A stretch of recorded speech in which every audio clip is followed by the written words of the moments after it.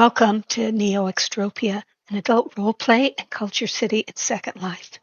Here, roleplay intertwines with music, art, creativity, connection, and nightlife as the rift carries voices and stories across time and worlds. I'm Grace Eon, and this is Tales of NeoX. The rift brings many into NeoExtropia, but few embrace it as completely as Vivienne Ravenwood.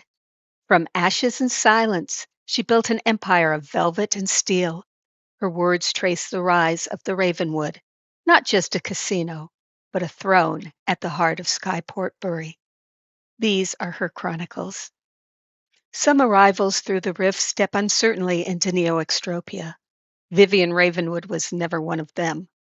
From the ruins of her past, she rebuilt not a refuge, but a system, a casino remade into a throne. This is where her story begins. Vivienne's Journal Entry 1. Far from the ashes, I refuse to look back. The past has nothing to do with me, no. Let the others talk about it, analyze it, wallow in it. The future is what I have. The Ravenwood is nearly ready. Lights calibrated. Glass polished. No dust. No mirrors. No secrets, yet. What stood here before was nothing special. Just another failed attempt to sell distraction in a city too alert to be fooled. A rundown casino dressed in nostalgia and bad credit. They called it a gamble. I call it a foundation. Now the structure has weight again. The bones are still sacred, the old house of stillness, built by techno-monastics who thought serenity could survive the future. They were half right.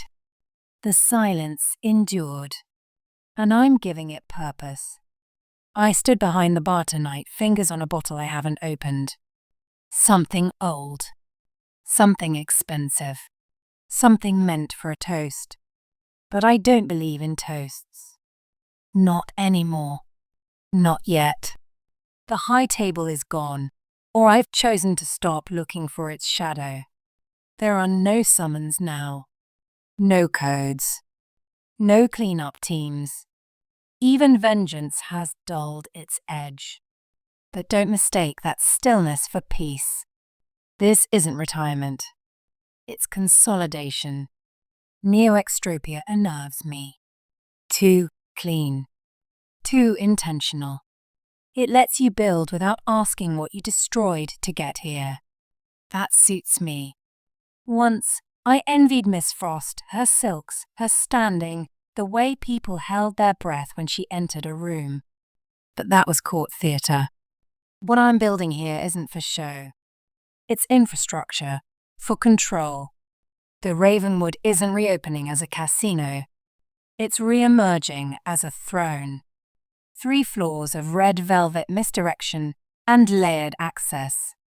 A new axis around which this port will quietly turn. They see me now, but only the part I allow. A poised hostess. A steady hand. No one asks how I learned to pour a drink while calculating someone's weakness, or read posture like a dossier. That's fine. Let them think I've always been this woman. Let them believe I started here. Because while they're looking backward, I'm building forward. Not a sanctuary. Not a den of chance. A system. Tonight, I whispered to the empty room. You'd have hated it here, Frost, and I think I love it. Soon I will light the sign. Reopen the doors. And wait. And when the past comes calling, I won't just open the door.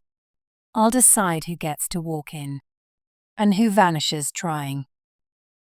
Beneath the Ravenwood's velvet floors lies the bones of the House of Stillness, a monastery that once promised serenity in the future.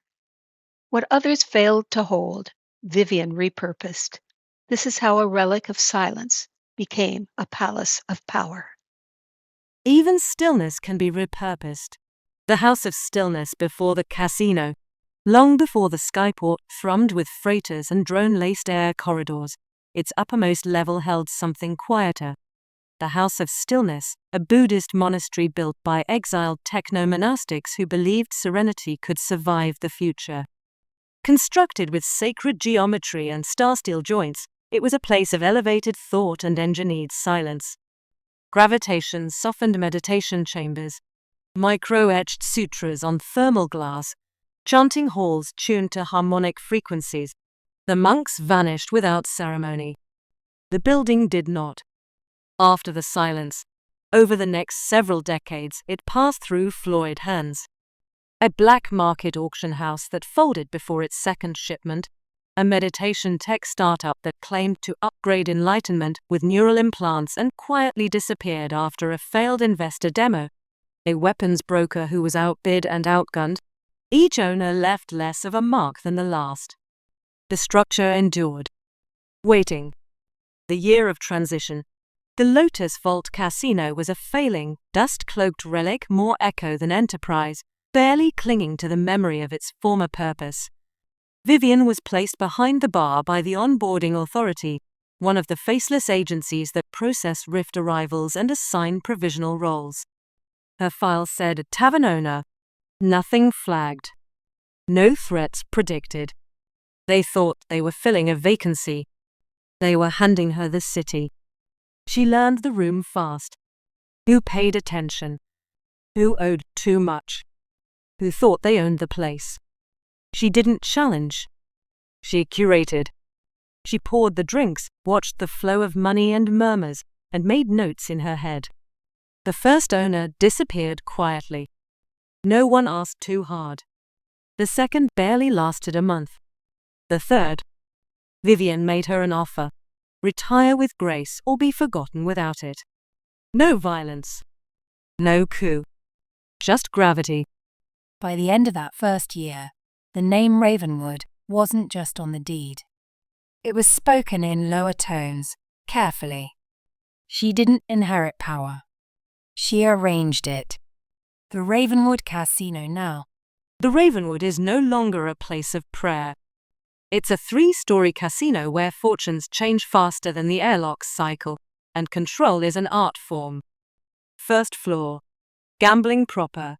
Carefully monitored tables, discrete digital interfaces, and house odds that always seem just fair enough. Second floor. Lounge and VIP room for deals best made out of view. Liquor smooth, conversation smoother, stakes unspoken. Third floor. Vivienne's domain. It's not an office, it's an overlook. Everything filtered up. Nothing escapes notice. The original bones remain, sacred lines beneath synthetic polish. Vivienne fills the space completely. There are no echoes. No monks. No ghosts. Only Vivienne. Sayings and rumors. If she smiles at you twice, you're either in deep or already lost. The house always wins. Especially when she's not smiling.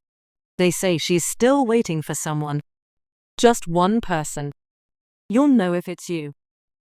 Skyport Bury has no law but Vivienne's, no justice but what she allows.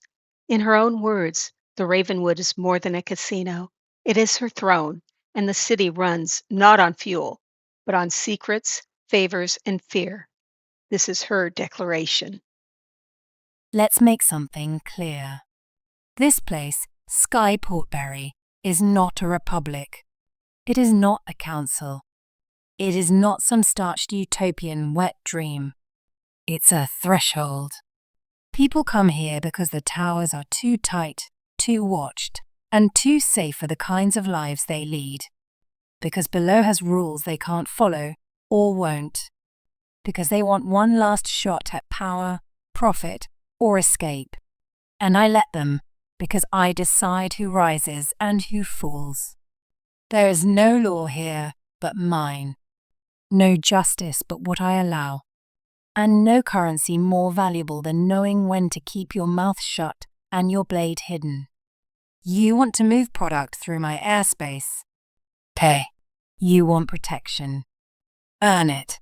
You want to challenge me. Try. But understand, I don't forgive, and I don't forget. The Ravenwood isn't just a casino. It's my throne, Skyport Berry doesn't run on fuel. It runs on favors, secrets, and fear. And if you're standing here thinking you can change that, you don't understand where you are. You're in my city now. In Skyport Bury, even mercy wears the mask of order. When a citizen comes before Vivienne to plead for safety, her answer reminds the city that every concession is calculated, every kindness a matter of control. This is Vivienne holding court. Vivienne holds court. A Skyport Berry story. A cautious voice broke the hush. Ms. Ravenwood. A gaunt citizen in a chain-stitched jacket stepped forward, clutching a data slate that flickered with incident reports. I won't take much of your time. It's the open ledges on the promenade levels. People, sometimes they lean too far. Railings would keep them from. His voice caught. From falling. Vivienne sat motionless in her raised chair, its sweeping curves almost regal, her hair swept into a precise updo that left her neck exposed to the chamber's warm bronze glow. From this throne-like perch, she regarded him through the muted pulse of honey-lit wall panels and the silent watch of automated sentries in each corner. After a measured moment, she spoke, voice cool and unfaltering. Order, she said. Not mercy. The citizens swallowed. Sirens outside. Calls for help when someone. Stop, Vivienne cut in, her tone soft but absolute. She took the data slate and then pressed a fingertip to it, causing the projection of falling-edge incidents to hover in the air. She watched the flickering points of light carefully, showing no reaction as each case scrolled by. After a long silence, she said, You want railings? You'll have railings. She leaned forward slightly, green-gold eyes steady. I will put it on next year's budget, she concluded, voice smooth as star steel. I will allocate the funds during the year of the Sparrow's flight. The citizen's shoulders sagged in relief. Thank you, Ms. Ravenwood, he murmured, voice thick with gratitude. Your concern. For keeping people from harm, it means more than you know. Don't thank me for saving lives. Thank me for preserving order. He bowed and then backed away, taking the steps back to the casino floor. Vivienne remained, the hush and the hum of her court serving as a reminder that in her domain, every request was catalogued, and every decision kept the city in line. Behind the velvet and glass of the Ravenwood, Vivienne keeps her own counsel. When the city grows too loud, she retreats to quiet work, her hands precise, her thoughts sharpening with every piece she sets in place. Vivienne Ravenwood never called it a workshop. To her mind, it was a reliquary. The table was strewn with fragments of another century anodized steel, carbon fiber grips, brass-cased cartridges. The workbench stank of solvent and old oil. Vivienne preferred it that way. It masked the cleaner smells of NeoExtropia, recycled air, antiseptic polymers, the synthetic tang of tech that had never known dirt or blood. The rifle lay disassembled before her, each piece aligned in ruthless order. She could have used a pulse rifle, a sonic scatterer, 100 other toys the city trafficked in. Futuristic miracles, as fragile as their batteries. She did not trust miracles. A bullet was certainty. Metal, powder, ignition, forces as old as the rift itself. You could jam a signal, crash a power cell, scramble a targeting array. You could not stop physics. A slug of brass and lead did not negotiate. It tore through flesh and bone with the same answer every time. She always carried a blade, and she knew how to use it. But she had lived long enough to know the only rule that mattered. You bring a pistol to a knife fight, and you walk away. Her fingers moved across the weapon like a pianist, pin and spring clicking into place. Tinkering was less about readiness than it was about keeping the storm in her head quiet. On nights like this, when her thoughts pressed too close, she needed steel in her hands to remind her what was real. O'Malley had been careful in finding the right channels, feeding her appetite for these trinkets from Earth 27. Dealers thought her an eccentric collector. Let them. She knew better. Her gaze flicked to the holoscreens, contracts pulsing like veins of light. Too many names. Too many debts to collect. She reached for a cartridge, slid it between her fingers, and thought briefly of Miss Dagger. That one, at least, would understand.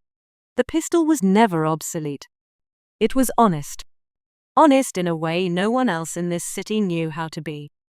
Vivienne pressed the round into the magazine with a hard, deliberate push. The sound was small, but final. You've been listening to Tales of NeoX, stories from the rift in the living city beyond. More voices and chronicles will follow, each revealing another side of this strange and beautiful place. NeoExtropia, roleplay, music, art, and nightlife in one living city.